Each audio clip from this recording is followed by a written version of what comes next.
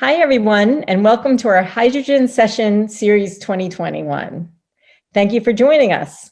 I'm Carol Lee Ron, Senior Director for Transportation at Ceres, and I'm excited to take part in this session with you today.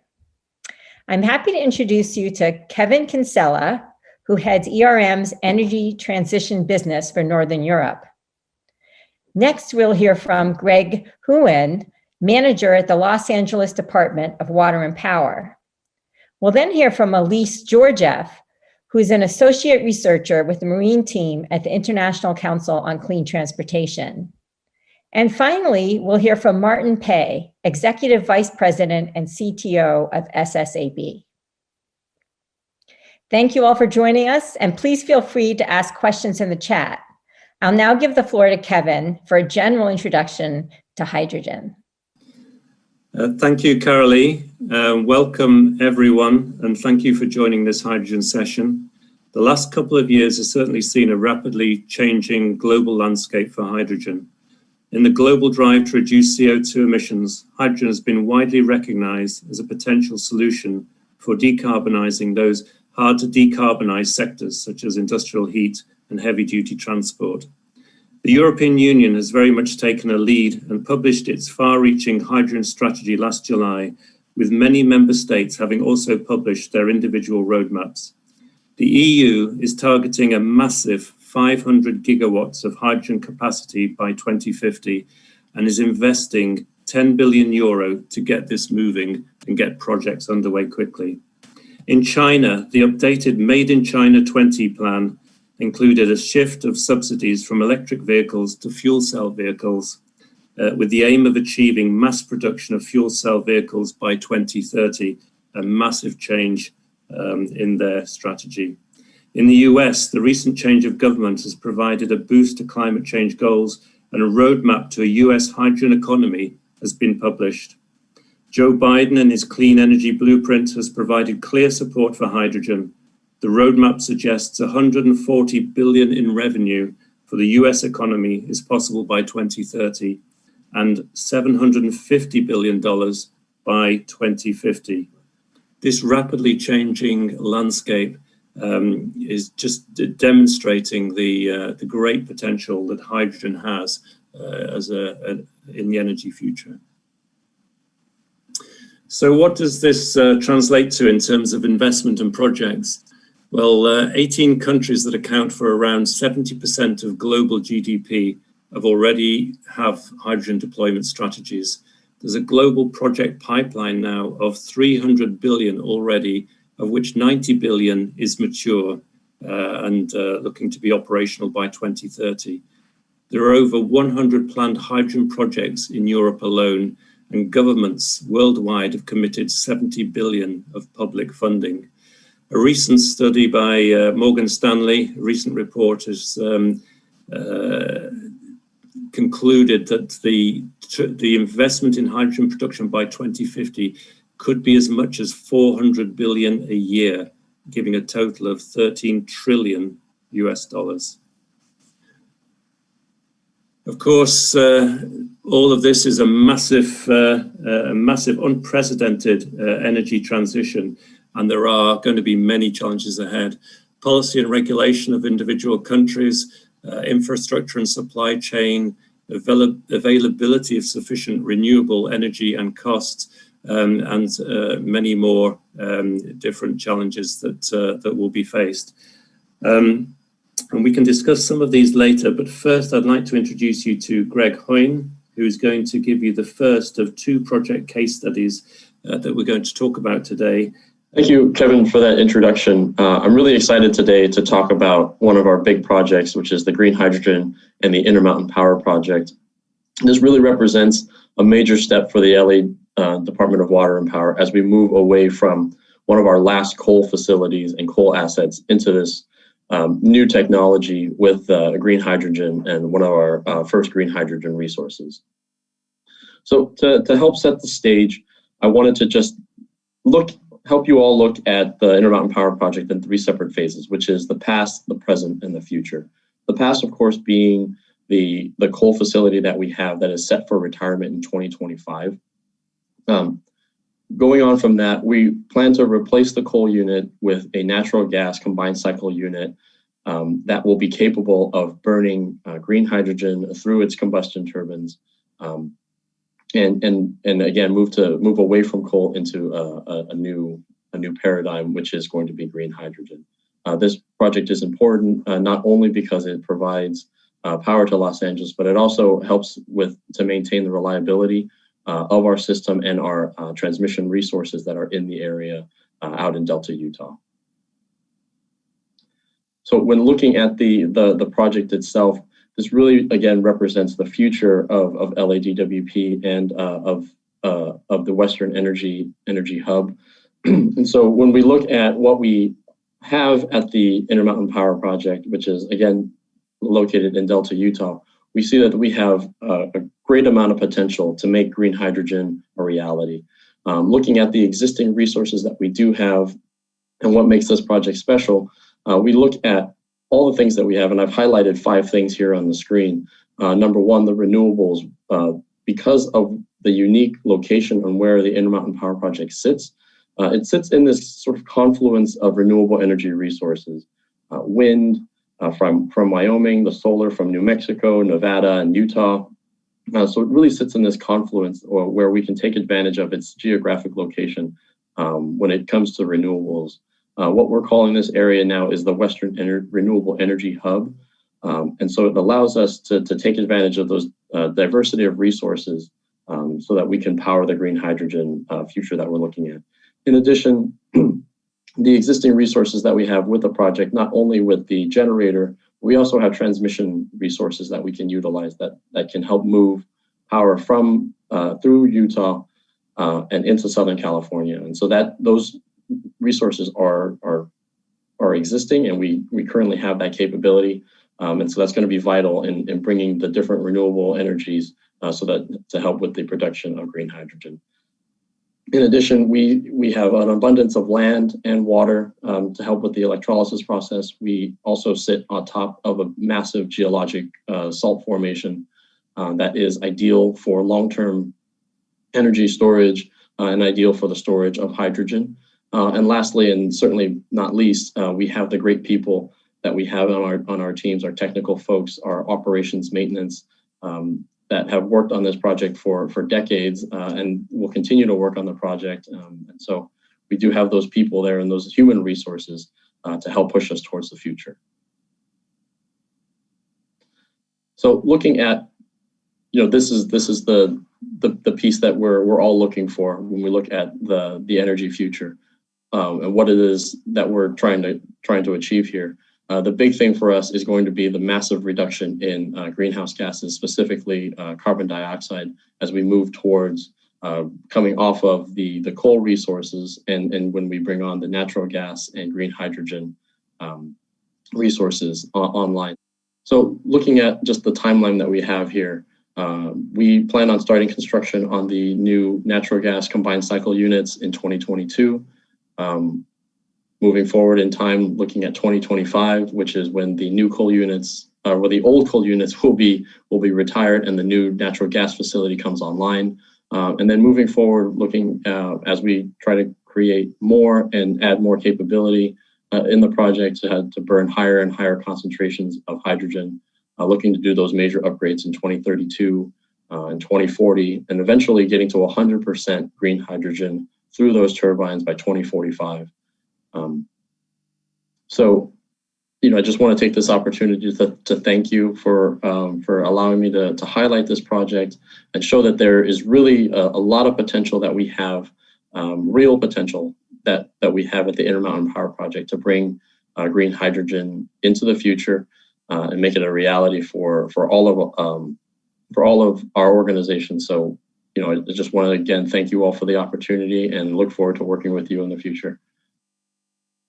With that, I would like to introduce Elise Georgiev to talk about the Trans-Pacific Hydrogen Corridor. Elise, the floor is yours. Thank you, Greg. Like previously mentioned, my name's Elise Georgiev. I work with ICCT, and I'm here to discuss with you our findings of our hydrogen-focused zero-emission vessel studies and illuminate some challenges and opportunities hydrogen faces in the marine shipping sector. First, I'd like to briefly mention why we think hydrogen shipping is applicable to the marine sector, citing findings from a Sandia laboratory report from 2017, which is posted in the chat. Fuel cells powered by liquid hydrogen were observed to be the most capable, especially for longer endurance travels. With these findings, we thought it best to begin modeling shipping corridors using zero-emission technology, such as hydrogen fuel cells. This brings me to our team's zero-emission vessel study series. We've been investigating using AIS data in our in-house SAVE model, the feasibility of powering different vessel types by zero-emission means, like by battery, wind assist, and hydrogen. We want to find out if the technology is feasible on the ship side and how policy can speed up the transition to zero-emission vessels. I'll be discussing the results on a hydrogen-powered container ship study on the Trans-Pacific shipping corridor, seen here in the red map on the far left. In this investigation to the Trans-Pacific container ship fleet between China and North America, we found their existing profiles allowed for 43% of the voyages to be fueled by hydrogen. This number climbed up to 99% when the unobtained voyages added an additional port of call to fuel at, given the more limited ranges hydrogen has compared to fossil fuels. With knowing that adding a stop guaranteed a completed Trans-Pacific shipping corridor, we did a secondary analysis on where optimal refueling locations were and their associated demand on the refueling hubs. In the graph here, we see the top 10 hubs and the annual demand numbers of liquid hydrogen. The total annual demand for the Trans-Pacific corridor with container ships was found to be 730,000 tons of liquid hydrogen. For context, that's 1% of the hydrogen used in the industrial sector worldwide in 2019. Here's the map displaying the 30 refueling hubs flagged as potential hydrogen refueling locations. One candidate that enabled a quarter of unattained voyages were the Aleutian Islands of Alaska, seen here as a halfway point for many of the voyages based on traffic patterns. For further details of how much liquid hydrogen is needed and at what hubs or infrastructure requirements at ports, I encourage you to read our 2 papers on the subject linked in the chat. While mapping our demand and locations adds level of confidence for hydrogen uptake and shipping, there are still outstanding points to address. First, there's still the current cost compared to fossil fuels, though hydrogen is expected to become much cheaper in the next decade. Second is the lasting emphasis on green sourcing of hydrogen. There is plenty of hydrogen currently being produced via fossil fuels and natural gas. There has to be assurance that marine hydrogen fuel becomes green hydrogen by sourcing it from renewables. That being said, there are opportunities on the horizon. Plenty of countries are now developing their own hydrogen strategies, and Germany, Norway, and Canada have included the marine sector in theirs to improve uptake and research. And the additional research is important because there is still room for future work. While in our work we didn't consider costs, further analysis to better understand the early investments that would most contribute to making liquid hydrogen relatively accessible is something our team is looking into. Thank you all for listening in. If you have questions, feel free to reach out to me or my team at ICCT. Adjacent to the shipping industry, another potential hydrogen consumer is the steel industry that Martin will talk about now. Take it away, Martin. Thank you very much, Elise, for the introduction. My name is Martin Pei. I'm the CTO for SSAB. Just a few words about SSAB. SSAB is a steel company based in Sweden, Finland, and the United States. In the United States, we have 2 steel plants, one in Alabama, one in Iowa. Both of them are based on scrap-based steel making using electric arc furnaces. In Sweden and Finland, we have iron ore-based production facilities with totally 5 blast furnaces. And that is where we have most CO2 emissions. As you all might know, that the steel industry is one of the industries that emits quite a lot of CO2. It's a part of the problem, but we see also this is an opportunity for the industry to be a part of the solution instead. Most of the steel industry's CO2 emission comes from the blast furnace process, which is shown on this nice picture. Looking at the total emission from the steel industry, globally, it stands for 2.8 billion tons of CO2 in 2015. To reach the Paris Agreement's 2 degrees scenario, the emission needs to be down to somewhere around 500 million. So that's a significant cut we need to do. At the same time, we know that the steel consumption in the world is forecasted to grow quite a lot from now on to 2050. We know also that the recycled steel scrap portion of the steel production will grow dramatically in the decades to come. But still, the iron ore-based steel production is still forecasted to grow from today's level. And that gives us a challenge for the industry. We need to find a breakthrough technology, cut the emissions from steel production using iron ore by at least 90%. So that is where a lot of steel companies in the world are doing significant amount of efforts to find this new way of making steel. The hybrid initiative aims at replacing the blast furnace-based process with using hydrogen instead for iron ore reduction. As you can see from this slide, that the blast furnace technology today in the world average produces more than 2 tons of CO2 per ton steel that is produced. We at the SSAB, our blast furnaces in Sweden and Finland are very, very efficient, even though this we still need to move ahead to find the new way to make steel. So the hybrid initiative was launched in 2016, and our aim is to cut completely the CO2 emission from this process. We created the initiative in 2016, made a quite extensive feasibility study, and we launched a research program that are still running.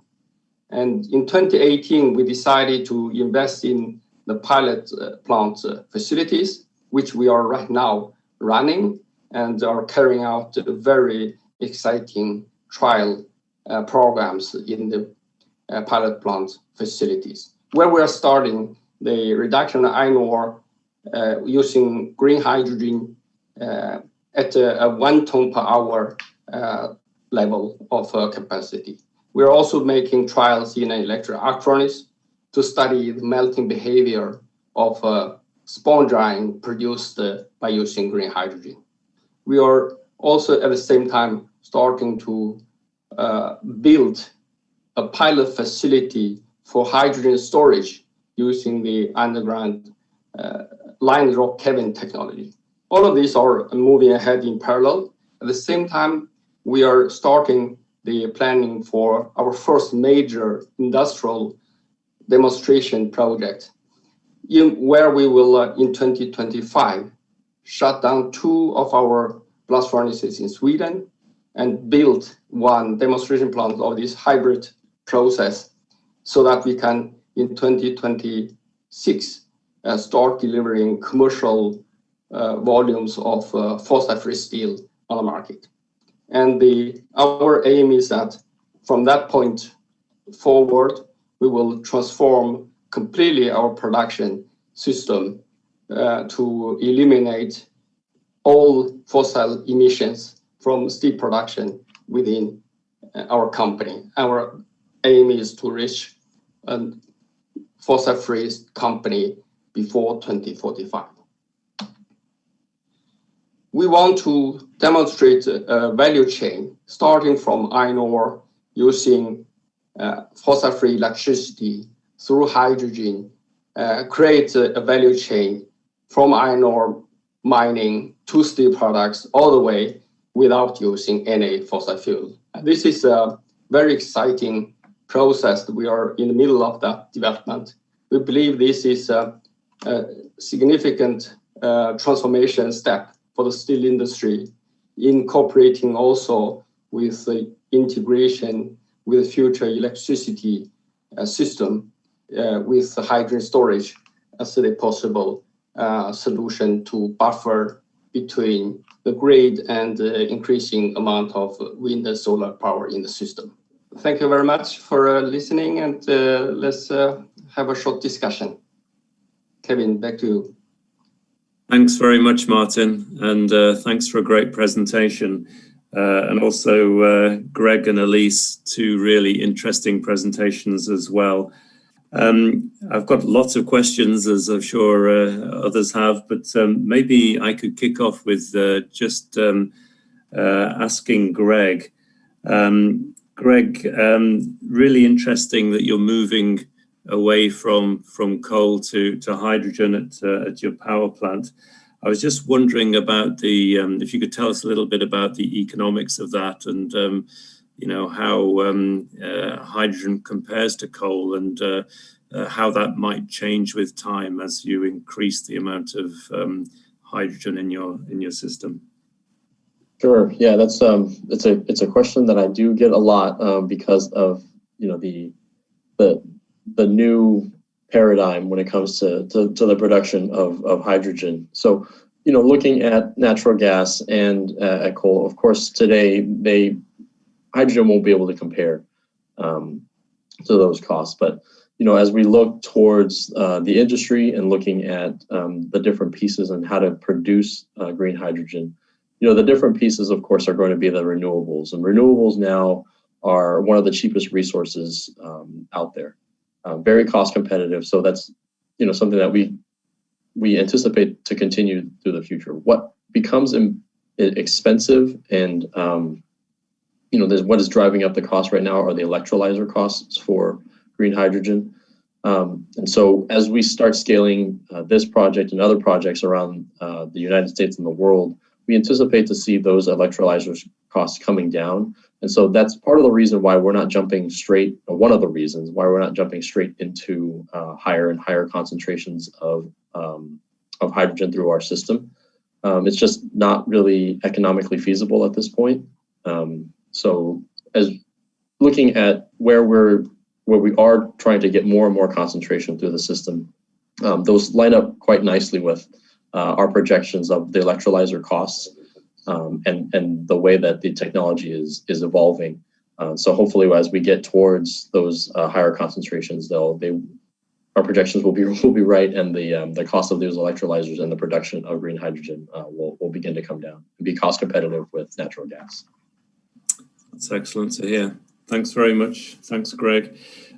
Just turning to Elise. Elise, I wondered, I really enjoyed your presentation. I was just wondering, you'd looked at liquid hydrogen for marine applications. I was just wondering, did you compare, or have you done any comparison against other potential fuel types such as ammonia or methanol? And if not, is that something that you're looking to do in the future? Thanks for the question, Kevin. We've been keeping eyes on ammonia, especially given a lot of interest in it for the shipping sector. But we focused on hydrogen in this study because of the capability it has.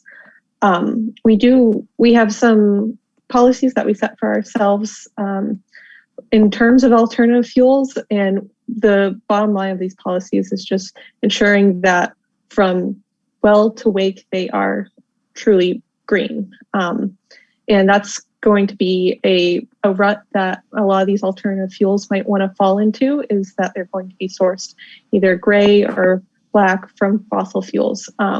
So we're keeping tabs on it, but we are just making sure the conversation around renewables are included when considering these alternative fuels. Mm-hmm. Great, thanks, Elise. And I mean, just again, a word on the economics. Do you see liquid hydrogen becoming competitive in the future, and how long do you think it will take to get to that position? It definitely depends on the policies being set in place. There's many countries currently implementing hydrogen strategies. And some of those are including marine sectors in their strategies. And they will help create a demand, and that will help boost supply. So rate on a smaller scale will depend on countries, how they promote it within their own regions. But I would say it's probably going to be in the next decade. However, we can't continue this narrative in the shipping sector of the fuel of tomorrow, because ships being built today will be on the waters for 25 years. So today we need to start making the moves and supporting the policies for zero emission vessels, so we don't get stuck with another generation of fossil fuel ships. Yeah. Great, thank you, Elise. And turning to Martin, if I could. Martin, really interesting presentation on fossil-free steel making. Certainly is a big challenge, 90% reduction in CO2, but it's a fantastic project that you described there. I was just wondering, in terms of, I was really interested in the underground storage of hydrogen, actually. I wonder if you could just tell us a little bit more about how you selected the way in which you're going to store hydrogen for the project. Is it pressurized gas underground, or is it a particular type of hydrogen carrier? I'd just be interested to know a little bit more about that particular application, because I know it's of interest to a number of different industries at the moment. Yeah, thank you for the question. We in Sweden are using this lined rock Kevin technology for storing natural gas at the moment. We, in the hybrid initiative, want to repurpose that technology to store hydrogen at pressure. So we are aiming at somewhere around 200 to 300 bars, and store hydrogen in a steel tank, so to say, that is built under the mountain. And that's we are constructing a pilot test facility, and then next step is to scale it up, if it works well in the pilot, to a larger scale. This is a very exciting technology, definitely not only for the steel industry, but overall, if this works. Yeah, no, absolutely. Thanks, Martin. So maybe if I could just throw a sort of an open question to all three of the presenters on this session with regard to the challenges that they faced on their projects.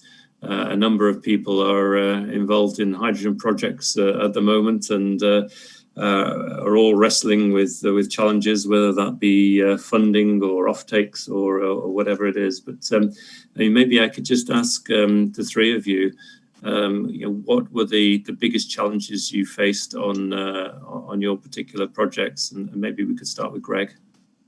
Sure. Yeah, that's great question, because I mean this is all, us trying to move towards the future, and it has plenty of challenges to it. Our biggest challenge is the green hydrogen supply, because there really is none at the moment. So for us, we can get the generator that can have the capability of doing that 30% that we're looking for, but it's really just getting enough hydrogen into the system for us to be able to utilize it. So what we've been doing, we've put out a request for proposal for the industry to see what the capability is there, and so we're still evaluating those proposals, but we're optimistic that the industry can provide the amounts that we're looking for our project. Great, thanks, Greg. And Elise, what challenges did you face on your particular project? We did 4 different scenarios, and one of the reasons we did those scenarios was to ensure that we incorporated smaller ports, not just the major large hubs that would typically uptake this technology first, because we want to ensure an equitable hydrogen future, that even the small ports in rural areas can be seen as potential hotspots for hydrogen. And sometimes that's just a means of making sure we get that data, and we wanted to include those in their conversations. Sometimes that those little guys get lost. So yeah, no, it's easy to do, isn't it? Yes. And Martin, how about you? Yes, for the steel industry, the hybrid product is, say, in the front line of bringing this hydrogen-based technology to reality. We are still a couple of years that we still need to scale up the technology. We are quite close there. From the implementation and scale-up perspective, one of the, say, most important aspects is the availability of fossil-free electricity. The second one is the connection to the electricity grid. And that relates mostly to the permit process. In many cases, like us in Sweden, it takes quite a long time to get the high voltage transmission lines constructed. That is actually limiting us to bring this to scale. And third is the support for this first industrial deployment, and that will need some risk-sharing facilities in order for this big investment to be bankable. But we are working with all of those aspects, and hopefully that we will manage to bring this fantastic product to the market very soon. Well, thanks again, Greg, Elise and Martin, for 3 fascinating presentations there. Really good examples of different types of project that are going on at the moment as the whole hydrogen area starts to build. So just like to say thank you all again for your presentations, and thank you all for joining this hydrogen session, and wish you all a very good day. Bye for now.